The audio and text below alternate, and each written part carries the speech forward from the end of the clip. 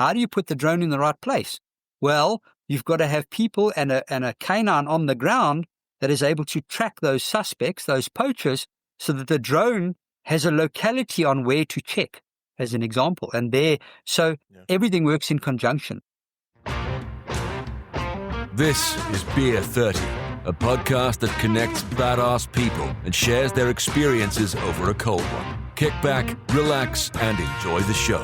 And if you like it, don't forget to leave us a review on your favorite podcast platform. Let's get started with today's episode. Welcome to another episode of Beer 30, brought to you by UF Pro. I am your host, Tanner Denton, and today we are joined by Colin Patrick, founder of K9 and Colin Patrick Training. Colin, thank you so much for being here and taking the time out of your day. I hope you're doing well. How's it going? No, very good. Thanks for having me. And yeah, good that we're going to be chatting about dogs. Yeah, absolutely. So how about you tell me and the listeners a little bit about your experience and how you got involved with canine training itself? Yeah, so basically, I'm originally from Zimbabwe, but I've lived in South Africa since the early 80s. And after leaving school, it was a passion to work in the bush being in the environment. And so what I basically did is I studied agriculture at first and then went into conservation and started working in the bush. And that was in around about 1993. And I've had the privilege over the years to be involved in a number of aspects with regards to conservation, generally the management and then in the anti-poaching units. And that's how I basically got started. I've always loved tracking. So tracking was just a natural sort of avenue for me. And went into the anti-poaching units and tracking. And in those days, we didn't really use canines. We were visually tracking. So we would literally go and find the tracks and follow up on poachers or animals that were injured and things like that. And probably in the last 15 years, we've started using canine. And it almost was by mistake. I've always loved dogs. I've always had dogs around me. And it sort of flowed into a natural sort of flow into what a profession, if you want to call it, As the tactics of poachers changed, poachers started hiding their tracks, started to be more deceptive in how they move through the bush. It sort of forced us to look at other avenues on how to conduct follow-up operations, and that's where the dogs came into the fore. So yeah, about 15 years ago was basically when I started it. Okay. So what really inspired you to want to go into anti-poaching efforts? It's one of the ways that you can be in the bush most of the time. So an anti-poaching ranger is somebody that spends most of their time in the bush. I'm not a very office or admin-based person, so the more time I spend in the bush, the better. It's almost like an excuse. Yeah.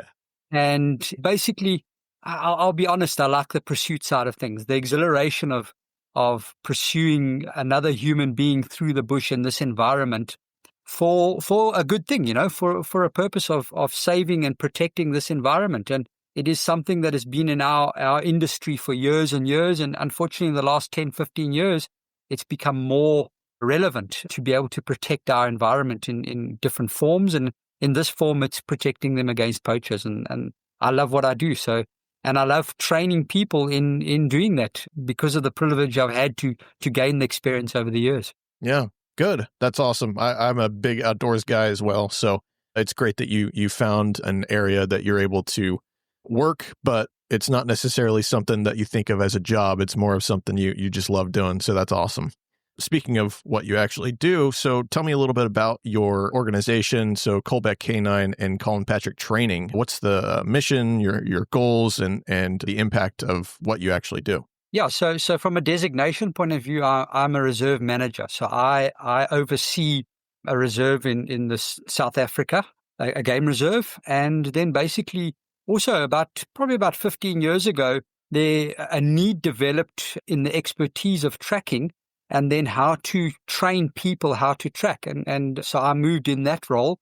So like I said, around about 15 years ago, I started developing a program, a man tracking program, an official program on how do you train a person to track a person, and added to that an accreditation process. So giving basically recognition for somebody that has the ability to track man, and then develop various training programs with regards to that. So that's my main aspect that I do. We then later developed, according to the need, the ability to work with canines. So at the moment, most of your canine operations are in conjunction with the anti-poaching unit. You don't really find them separate.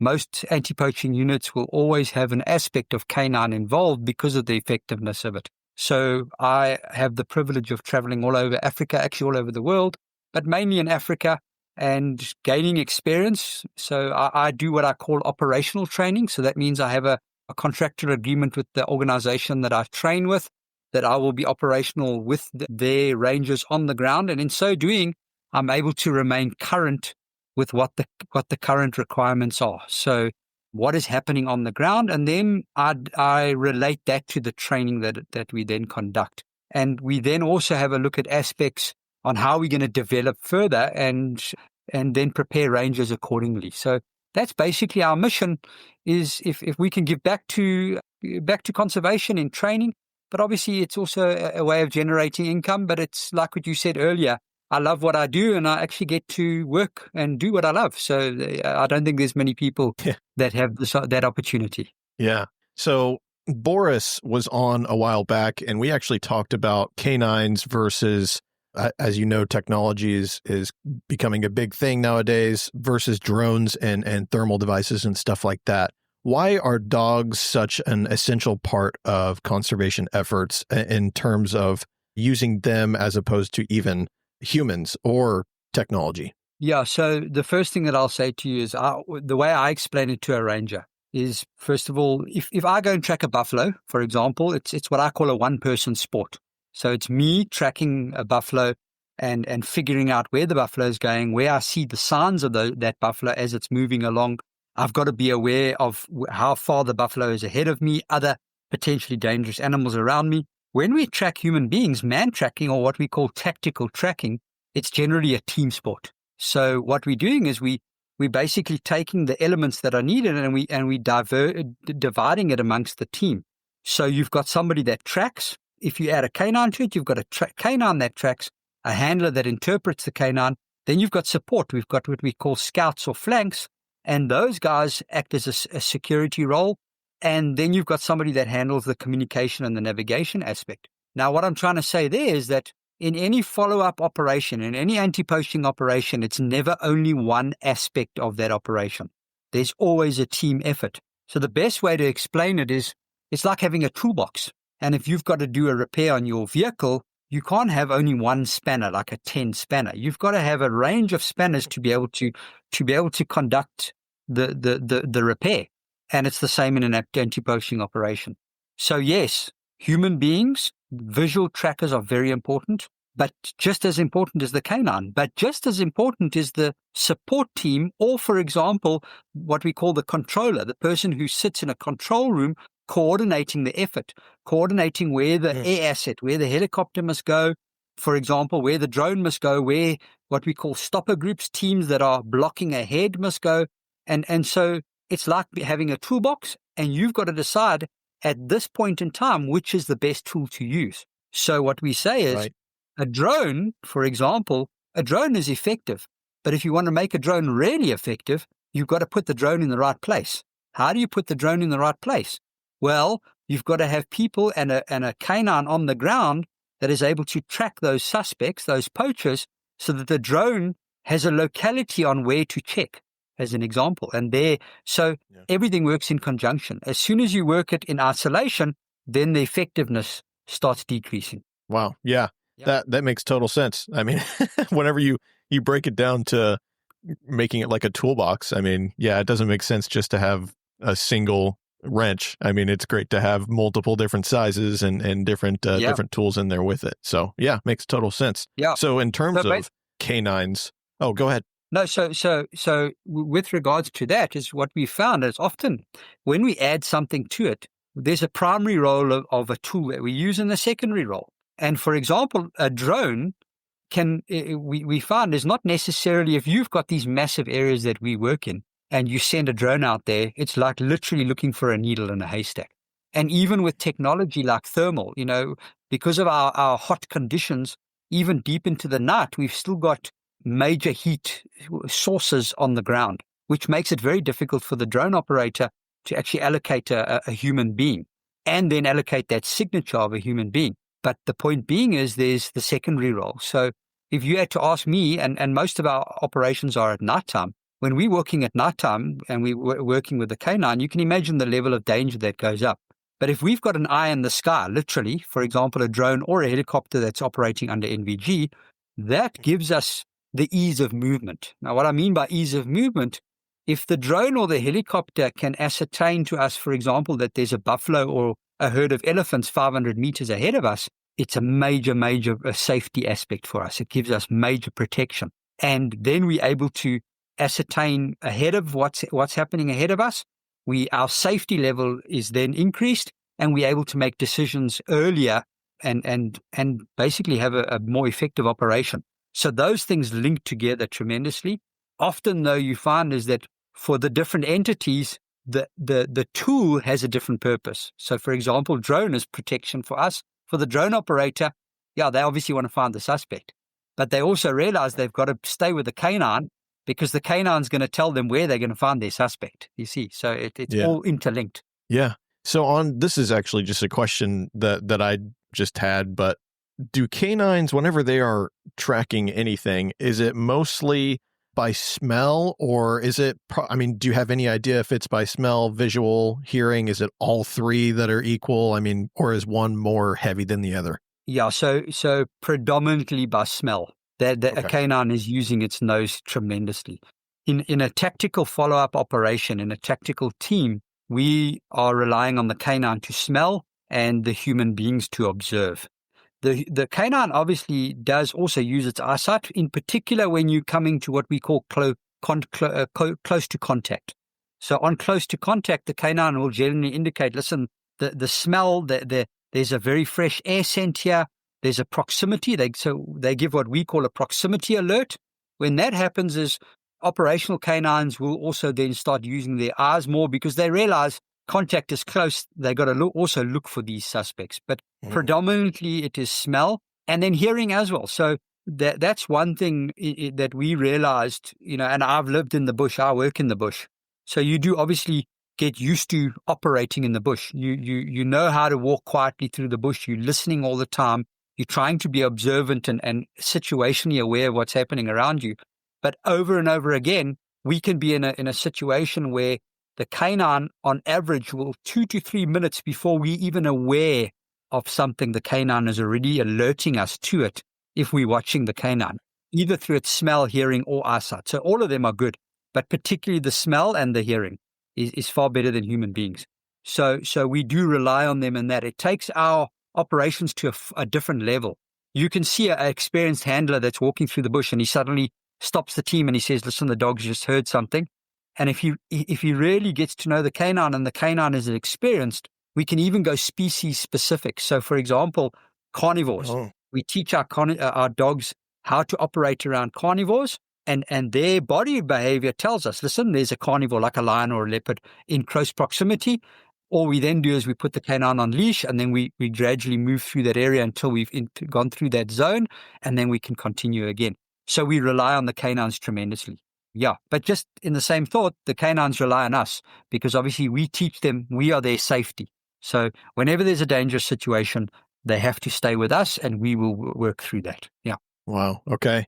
So in your canines, the roles that they play, are they generally just around tracking, or are they tracking, detection, apprehension, and deterrence? So yeah, it's very good that you've also mentioned deterrence. So I'm actually going to talk about that first. A canine has definitely have a visual deterrence to any poacher or suspect or anybody that wants to do harm, basically, or do something that's not right. They're going to think twice because I think canine brings the aspect of unpredictability, and they don't understand the canine and how the canine works or its capabilities. So it definitely has a deterrent factor. So a lot of reserves have canines, and those canines are actively seen by communities, by surrounding people in the area, by people moving through those reserves to work, so that they realize that, hey guys, there's canines here, and those canines' ability takes this unit to another level. So that is an aspect. What we normally do is we have a look, and each organization, each game reserve is a little bit different. In most anti-poaching situations, the main role of a canine is to be able to track human beings. just remember, a canine can actually track anything. So it's actually quite difficult for us to teach our canines to track human beings because inherently they actually just want to track other animals. But here they're working in amongst other animals. So it's actually one of our biggest training aspects is teaching them to track human beings and not necessarily animals. You can teach a dog to track human beings and animals, but we generally specify on the human being aspect. And so most of your anti-poaching canines are employed in it for a tracking role. What we then do is depending on the type of canine. So if we're looking at one of the hounds, you know the hounds. I'll show you one now, and we'll talk a little bit about selecting a dog. And we've actually just received two puppies now, so I might show you. But the hounds are those guys with the long ears.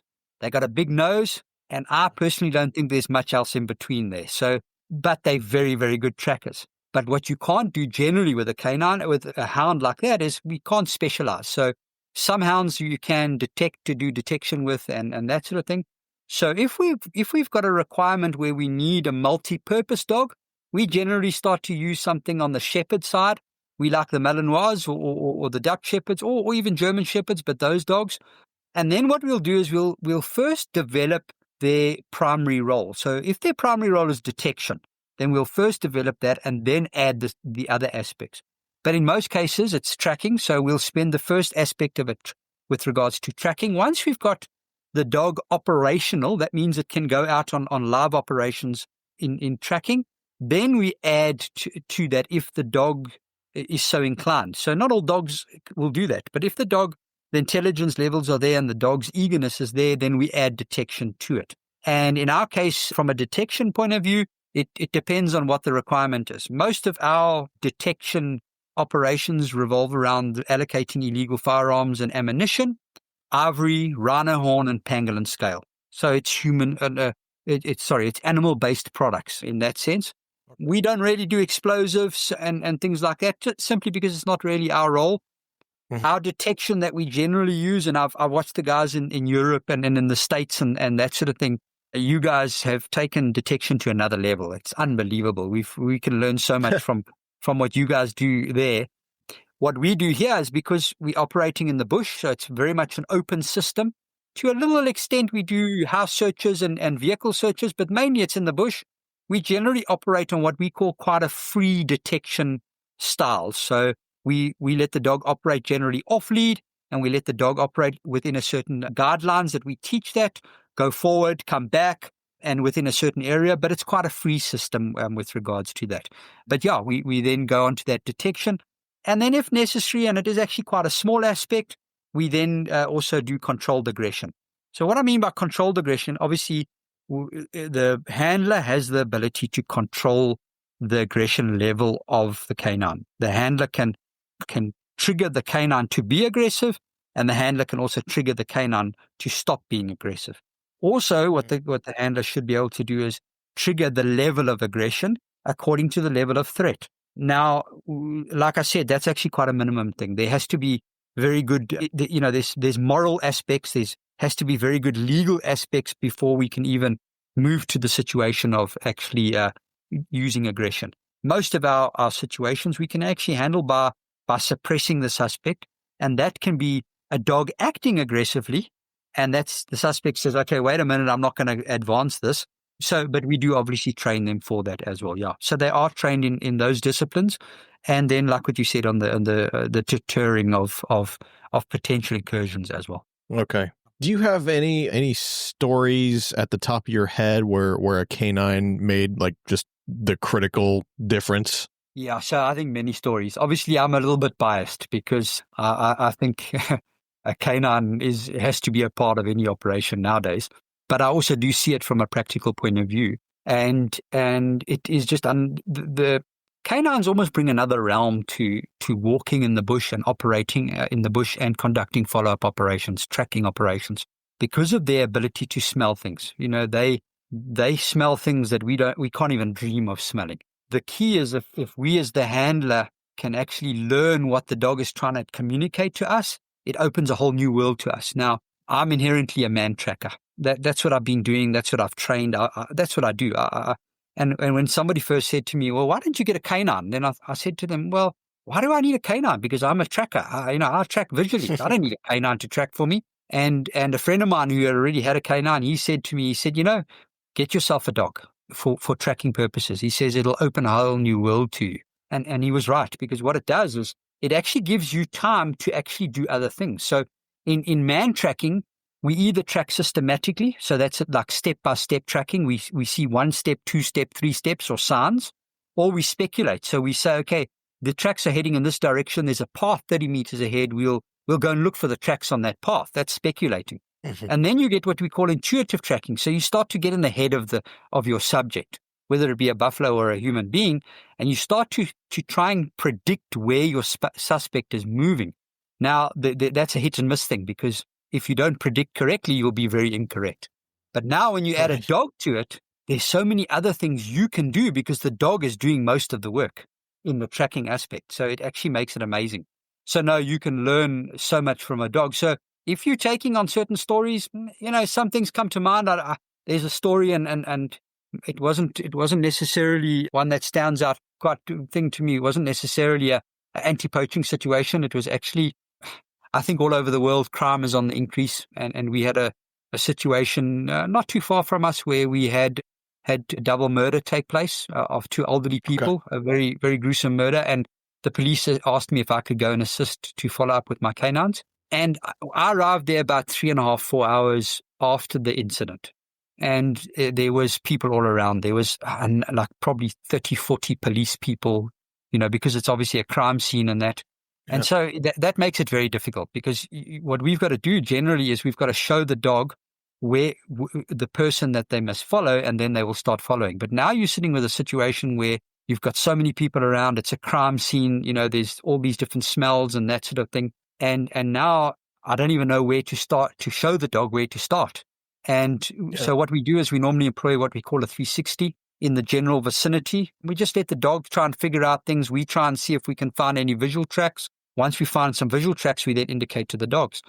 And we arrived there, and probably about 2, 3, 4 minutes after we had arrived, one of the dogs, and this is amongst like 30, 40 people, one of the dogs put their nose down and suddenly eagerly started following. And I said to the other handler with me, I said, look at this dog.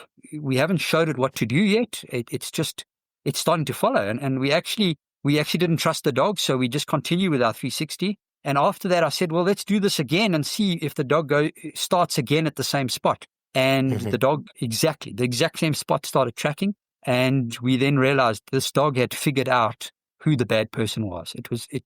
It's something that I've never trained the dog. It's just, she is an operational dog. So she's obviously had a number of successful live operations and caught suspects, but she knew in her brain, she knew what a bad person smells like, if that makes sense, because of the adrenaline and the hormones that the person's giving off. And that by that stage, it was probably just before dark. We went about 400-500 meters and we found the first evidence of the person had taken off some surgical gloves. They'd used surgical gloves so that they could hide their fingerprints and that. And we picked up the surgical gloves. Those surgical gloves actually became the most important evidence item in the court case. Wow. And we actually pursued that person. I think the total was just over 12 kilometers into the mountains. And then later, the person then exited the mountains and went to a village. And we ended up at around about 1 o'clock in the morning. The dog literally tracked the suspect to his house. And in the village, there was hundreds of people had been walking around. I couldn't see, only after about 8 kilometers, I saw the first visual track. So you can imagine trusting a dog in the dark for 8 kilometers without seeing, as a human being, a visual track. And then we saw the first visual track. And then when we got into the village, there was no track because there was too many tracks. So what I mean is other people had walked on top, and this dog figured it out all the way to the person's house. It's something I almost can't describe because it's obviously my dog, and you're very proud of the dog. But it's something that I didn't teach the dog, but the dog just developed the ability to do that birth experience. And you can imagine the potential of that person ever being caught probably was quite low without a dog. And that has a very big, that's one of the stories that I think sits with me the most.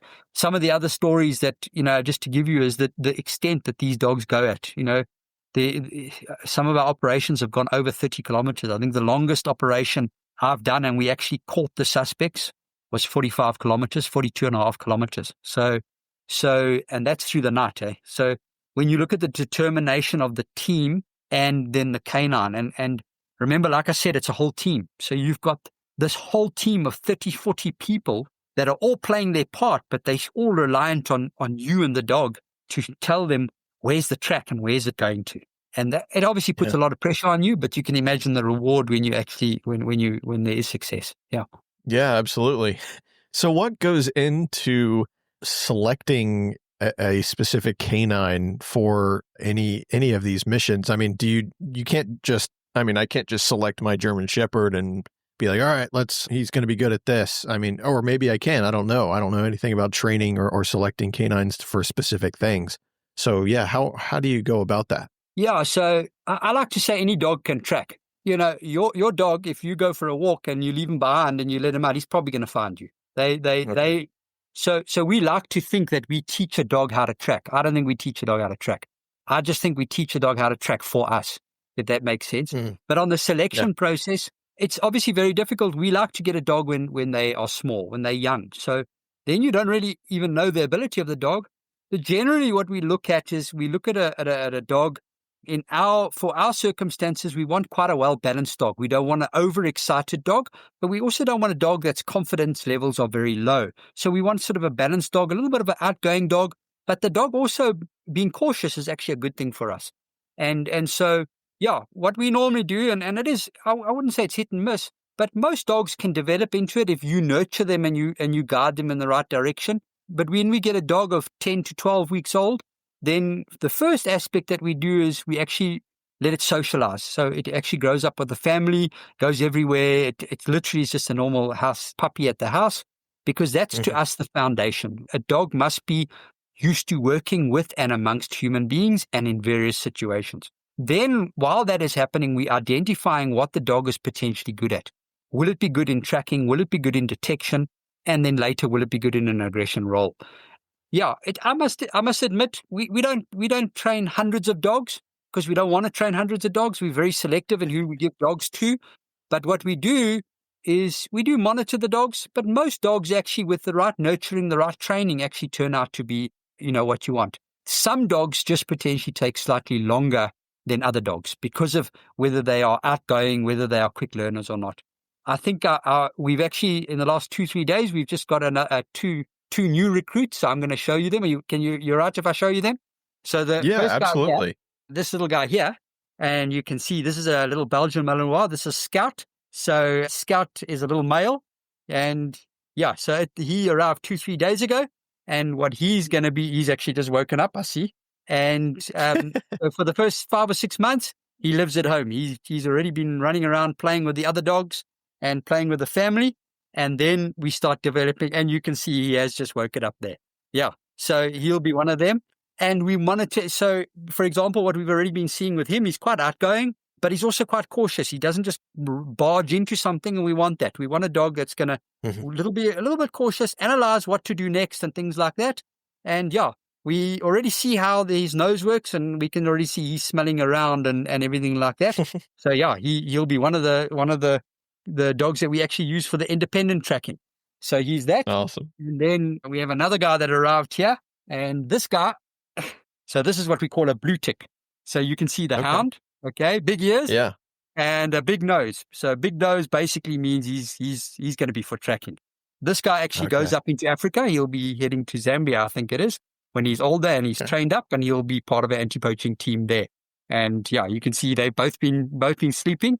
And so this particular guy, the blue ticks, we basically use for tracking purposes.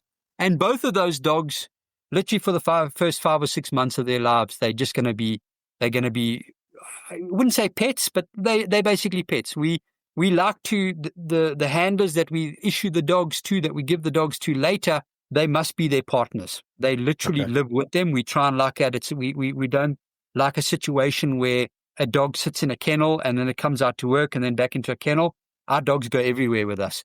So we try and nurture that from a very young age. We find that there's a couple of advantages to that. First of all, the bond between handler and dog is just taken to another level. So you can see later that handler understands the dog so much because it's literally because they're spending all their lives, their time together. The other aspect is the dog is generally a more well-balanced dog, and you normally have a lot more motivation, a lot more easy to work with type canine when you work like that. So that's generally why we use that style. Yeah. Okay. So the relationship between the dog and the handler, why is it so crucial to have them actually, so tight? Yeah. So most of the time, and if we're talking tracking in particular, even detection, the canine very quickly develops the ability to do the role, to do the job, basically. Okay. The problem that often happens is the handler or the human being hasn't learned how to read that the canine is indicating the track or the item if it's on a detection side. So it's very, very important that a large percentage of what we do in training is actually training the handler how to read a dog in general, and then training the actual handler how to read his dog or her dog. So that means they must spend a lot of time. We just for example, when we deploy a canine, as we get into the stage of where the canine is going to be deployed permanently to an area, we then actually go there and there's a handover process and there's a continuation, what we call refresher training taking place. So first of all, we physically go on site and we spend time on site with the handler and teaching the dog, but at the same time, mainly teaching the handler how to read the dog and how to adapt to the dog's own habits and things like that. And then obviously offline, we actually then online basically have a support role as well. Technology is quite amazing nowadays with your ability to video training taking place or an operation, and then we can give support with regards to that as well. So that's generally what we do. But the handler it takes a lot of training, and you actually have to keep it up all the time. You can from a handler point of view, the handler's got to be fit. You can imagine these dogs when they're tracking online, they're tracking at between 6 and 9 kilometers an hour. So for us, that's as if, like in the Olympics, those what's that fast walking thing called? I don't know what it's called. Yeah, speed walking. Yeah, speed walking. That's basically how people, they often ask me, and I say it's like speed walking. Basically, you don't want to run because running you start taking away from safety and security wise. But it is almost like a speed walk. It's a very different style. It's not our natural walking pace. And then when we look at the independent dogs, those guys, they will average it between 12 and up to 22 kilometers an hour. Hey, so that as a handler, you got to be fit. You to be able to keep up with your dogs and those aspects. So yeah, a lot of training does go into the handler, understanding what the different techniques are. What I mean, the different techniques, the techniques on how do you start a track? What do you do when you lose a track? Because dogs are not 100% in the sense that it's not a plug and play story. There's going to be times when the dog loses a track, just like a human being. But that's the important where the handler comes in, because the handler has the ability to work out a systematic approach on how to solve the problem. Whereas a dog often just randomizes the situation. Whereas a handler can say, okay, buddy, let's start at this point. Let's then do this step, this step, this step, this step, to complete it, and then we'll hopefully find the answer. And so a handler does play a very important role in that partnership. Yes. Yeah. Okay. What are the differences between training for a tracking or an anti-poaching dog versus like a law enforcement or military? Yeah. So I'm an anti-poaching chap. So I'm not not in the military or in law enforcement in the police. Basically, I think if I had to sum that sort of thing up, is we finding that our dogs have to be adaptable to work in various situations amongst various people. In conservation, particularly in what we do, where we play a support role often in various entities, my dogs are not working with the same people over and over again. They're working with me or my son or some of the handlers. But what they'll do is when they go to a reserve, they're meeting different rangers. So our dogs have to adapt to be doing that. Generally, what we've done is we've lowered the amount of aggression and aggression training that we conduct with those dogs, and then we've supplemented it onto the tracking training, because that's our priority. So I'd say that's probably the main difference. Obviously, I can't comment from a military point of view because I'm not in that realm. I think the military are very advanced in some of their techniques that they train dogs. If you take it, some of these militaries of house penetrations and the using canine to actually clear buildings and that, it's unbelievable what they've achieved. Yeah. Most of our stuff is in the bush. So we adapt our training and our requirement according to what our need is. And that's quite important. So we always have a look from our training. You train as close to the real as possible. And our real is the bush and pursuing people in the bush. So that's what we basically train. Yeah. Okay. Yeah. What does a typical mission look like for a canine unit that is, you guys are in the bush and there's something that you have to track or go after? What is from start to end typically look like? Yeah. So basically the first aspect is being on standby 24/7. That's the first aspect. And we train in between and that sort of thing, but we've had it where you've just come off a training session and the next thing you get a call and you haven't got a choice. You then go. But what we do is we make sure that the units, the canine units, the reaction units are always on standby. They're always prepared to go at a called notice, basically. And the dogs actually learn to be the same. We had it about 2 nights ago. We had a call out, and simply by the tone on the radio, I looked up and my dog was already standing at the door waiting to leave on the deployment. So they get used to it. So basically, generally a call will come through. It can either be a call on the radio or it can be a call. We've got various groups like on WhatsApp group or various different forms of communication. And invariably, the calls are not necessarily on site. So you might have to travel. So basically what happens is we have our equipment is ready to go. The canines have to be ready to go. During the day, we give them small portions of food so that we are able to deploy at any time so that they're not operating on a full stomach. And then we'll deploy, and it varies. So some places most of the time we'll deploy with vehicle. So vehicle takes us to the spot or we drive to the spot. On some occasions, if we're operational within an area and that area is what we call a hot area, then we generally will be based either camping in a hot area, and we'll make sure we have good communication signals and a good landing site for the helicopter.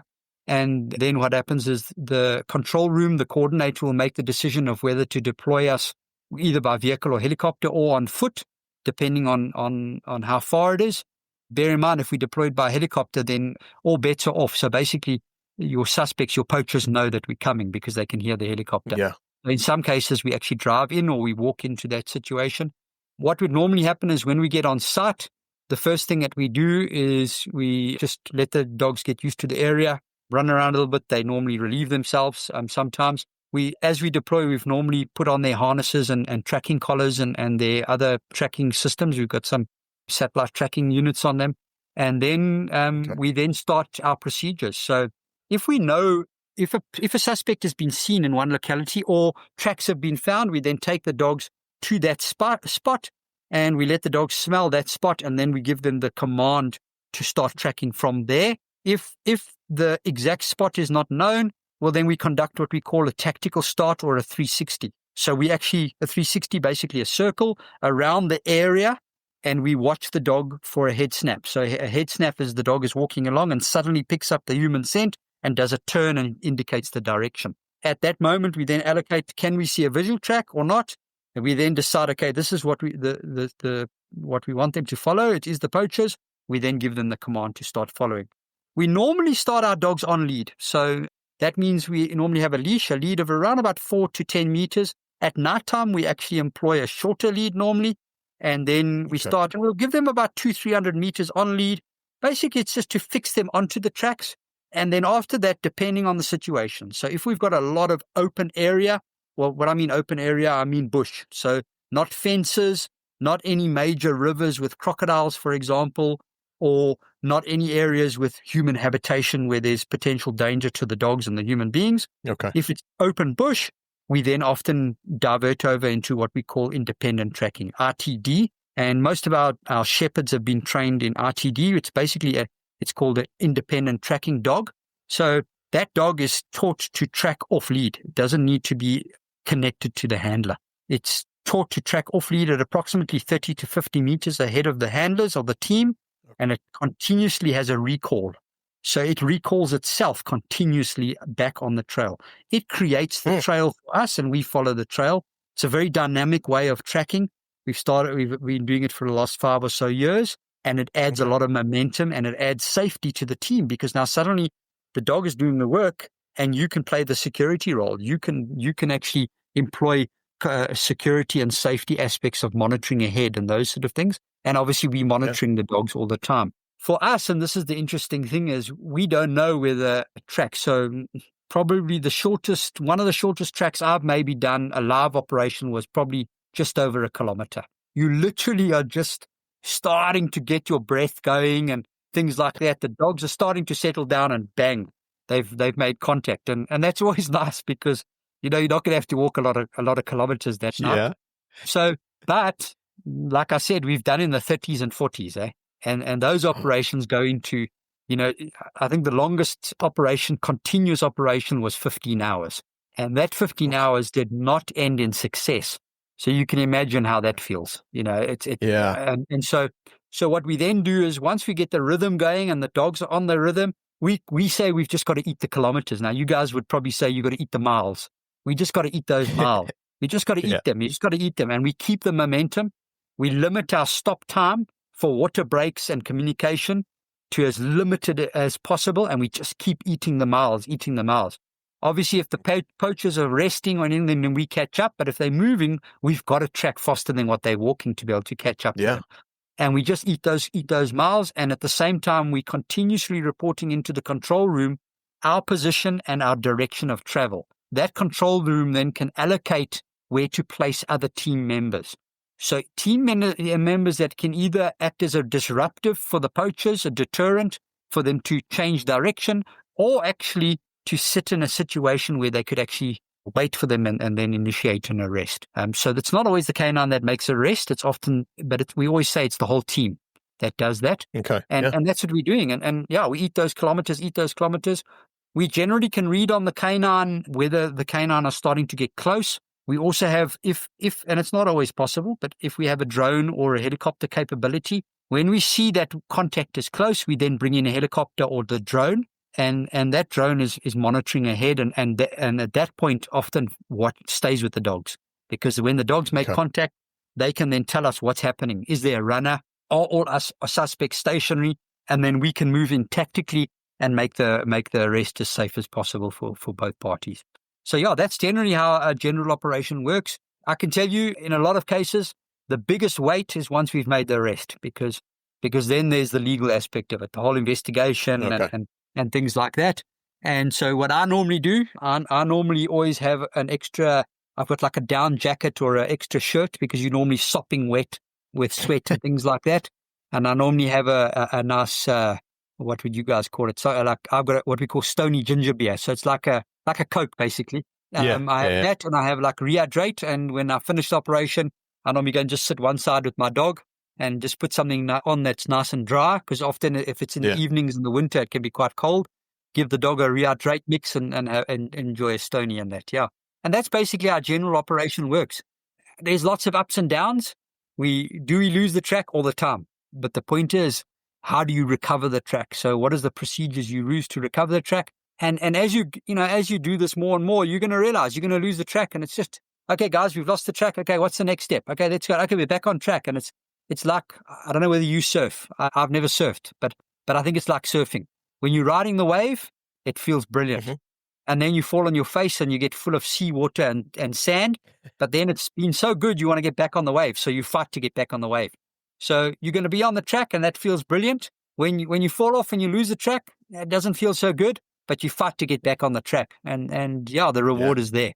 Yeah. So, that's generally how how an operation works. Yeah. So how could canine programs be expended to further aid conservation? I mean, do you have any ideas or anything that you're trying to work on to expand? Yeah, so it's very interesting, and I think it's already happening. We use canine for tracking human beings, for poachers. But what we've started to have a look at, and there are people already doing it, they're using canines in other forms in conservation. So they're actually using canines. I was in Spain about 1.5 years ago, and I spent time with the chaps there, the rangers there, and they're using canine to detect feces of bear and wolf and things like that.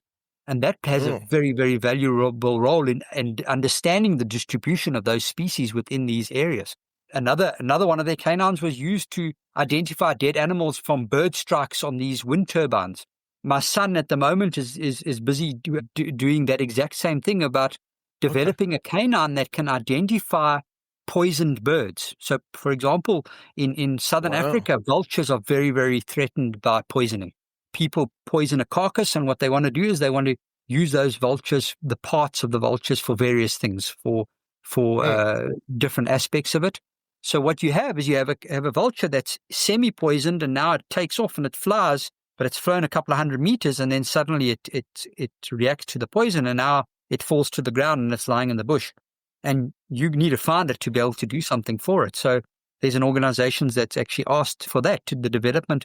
And so a dog can smell anything. If you look, again, what you guys have done in the States with regards to these the guardian dogs that can sense and smell if a person's getting an epileptic fit, for example. So no, they are doing that in the conservation realm. My wish, or if you want to call it that, in the anti-poaching realm with dogs, I think if we can move to a situation where our dogs are more our partners, you've got your dog behind you there. A dog's part of our lives. You know what I mean? And I think if we can do that and move a little bit away from having a dog in a kennel and it's just a working dog, I personally believe, and I've seen it with the dogs that we work with every day, our own dogs and the dogs that we train. It is possible to have a dog that is your pet, that is your partner, that literally can be a couch potato, but in a moment's notice can also be a working dog. If we can do it, I'm sitting with a T-shirt now, and I get a call. I go and put my shirt on, my working shirt. I grab my gear, and in half an hour's time, I'm busy working. The dog can do the same thing, and it gives him a more fulfilled life in my mind. And it actually, you get more out of the dog because the dog has a more settled life. So that would be my wish of where we want to go to with regards to that. There's still a lot of development in the canine realm in anti-poaching. We can't mention everything with regards to that. Obviously, the night operations is a big thing.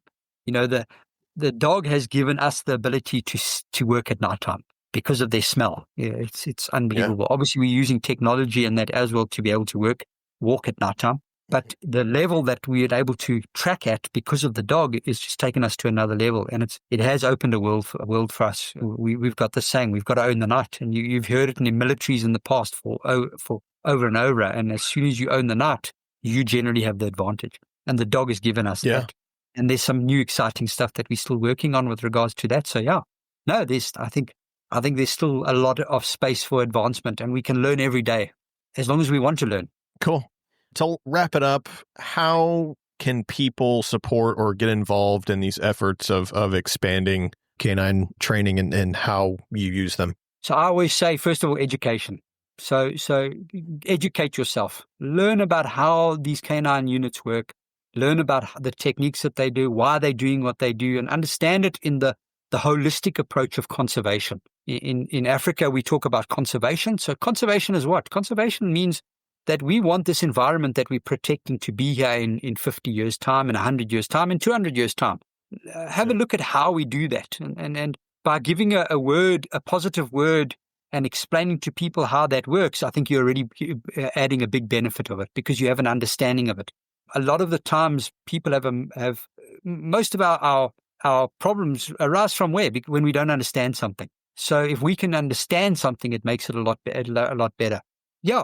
From a support point of view, I always say to anybody, do your research. If you want to support somebody, be it from a financial point of view, be it from support with equipment and things like that, do research into the unit that you want to provide that support for. Make sure that they balance, that they're achieving their objectives, and that's basically what my suggestion would be. Awesome. Well, Colin, thank you again for donating your time to be on here and educate or give us a little bit of insight on what goes on in the realm of canine tracking and training and stuff like that. I really appreciate that. And I'm sure the viewers and listeners do as well. And for those of you out there that are listening and watching this, be sure to stay tuned on the UF Pro channels for the next episode of Beer 30. So there you have it. This concludes another episode of UF Pro's Beer 30 podcast. Want more information about UF Pro and tactical clothing for professional end users? Then please visit ufpro.com or follow our channels on YouTube, Instagram, Facebook, and TikTok.